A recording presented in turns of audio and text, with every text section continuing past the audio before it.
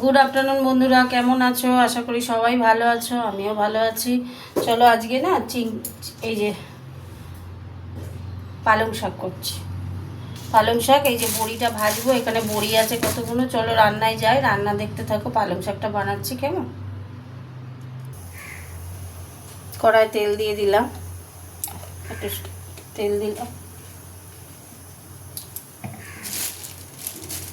বড়িটা ছোট কড়াতে ভাজবো আর এটাতে আমি শাকটা বসিয়ে দেবো। তেলটা একটু গরম হতে থাক। শুকনো লঙ্কা দিয়ে দিয়েছি, দেবো একটু পাঁচ ফোড়ন দেবো।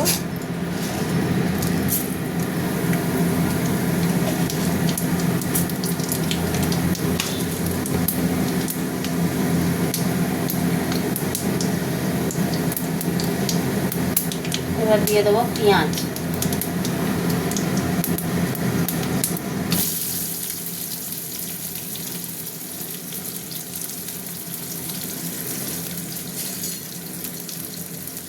পেঁয়াজটা ভাজা ভাজা হবে, তারপরে শাক সবজিগুলো দিয়ে দেবো, হতে থাক।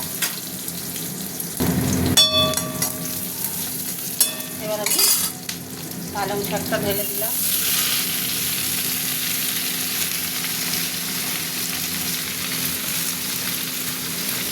একটু নিচে নেমে গেলে আবার কখন উল্টাবো, এখন হতে থাক।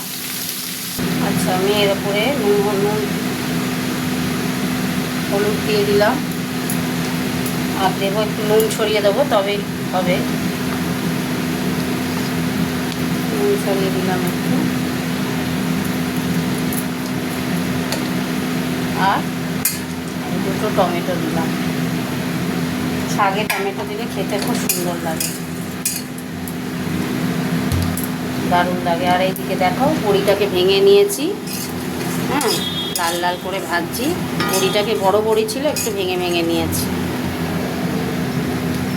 বড় বড় বড়িগুলো ঝোলে ঠিক আছে, কিন্তু কোনো শাক বা সবজি করলে না সহজে হয় না, শক্ত থেকে যায়। ওই জন্য শাকের মধ্যে দেবো বলে না ভেঙে দিলাম। আচ্ছা, এবার আমি জল ছাড়বে তো, এবার চাপা দিয়ে দিলাম, হতে থাক। অনেকটা সবজি হয়ে এসছে, একটু লঙ্কা গুঁড়ো দেবো আর দেবো মিষ্টি।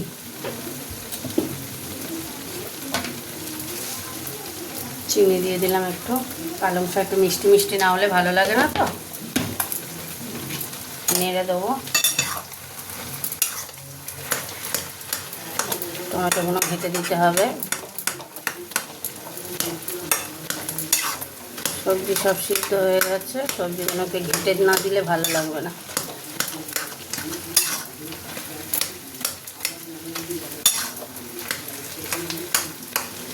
অনেকে মাছের তেল টেল দিয়ে রান্না করে, আমার ভালো লাগে না। নাই বড়ি নাই চিংড়ি মাছ ছাড়া ভালো লাগে না পালং শাক, তাই না বলো? তোমরা কে কে একমত কমেন্ট করে জানিও আমাকে। চিংড়ি মাছ আর বড়ি এইসব দিয়েই পালং শাক খেতে ভালো লাগে। কত সুন্দর হয়ে গেল।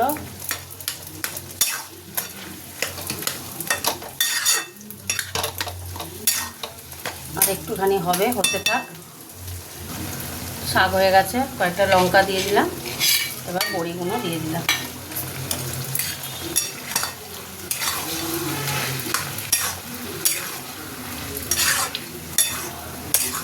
তাহলে আজকে সব সবজি দিয়ে পালং শাক বানিয়ে ফেললাম।